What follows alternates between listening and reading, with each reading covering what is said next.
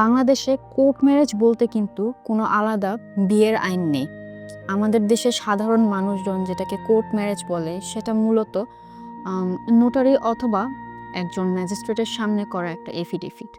এই এফিডেভিট করলেই যে বিয়ে হয়ে গিয়েছে ব্যাপারটা কিন্তু এমন নয়, বরং এখানে দুইজন প্রাপ্তবয়স্ক মানুষ স্বেচ্ছায় তাদের সম্পর্ক অথবা বিয়ের একটা ডিক্লারেশন দিচ্ছে।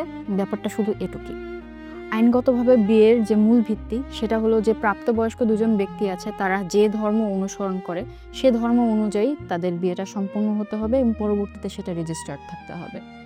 যেমন যদি আমরা মুসলিম বিয়ের ক্ষেত্রে ধরে থাকি তাহলে সেই ক্ষেত্রে ইজাব এবং কবুল, অর্থাৎ একটা প্রস্তাব দেওয়া হলো এবং সেটা গ্রহণ করা হলো, সাথে সাক্ষী থাকা, একটা নির্দিষ্ট পরিমাণে দেনমোহর দেওয়া এবং কাজীর কাছে ওই কাবিননামাটা রেজিস্টার্ড থাকতে হবে। এই জিনিসগুলো যদি থাকে তাহলে সেই ক্ষেত্রে একটা মুসলিম বিয়ে কমপ্লিট ধরা হবে। হিন্দু বিবাহের ক্ষেত্রে যদি আমরা দেখতে যাই যে তাহলে একটা হিন্দু বিয়ে সাধারণত তাদের যে শাস্ত্রীয় আচার আচরণগুলো আছে অথবা রীতিনীতি আছে সেই রীতিনীতিগুলো ফলো করে বিয়েটা করা হয়ে থাকে।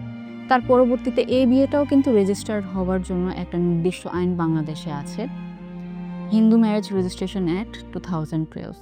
আর ভিন্ন ধর্মের দুইজন ব্যক্তি যদি বিয়ের বন্ধনে আবদ্ধ হতে চায় তাহলে সেই ক্ষেত্রেও তারা স্পেশাল ম্যারেজেস অ্যাক্ট 1874 এই আইন অনুসরণ করে ফর্ম কালেক্ট করে বিয়ে সম্পন্ন করতে পারে।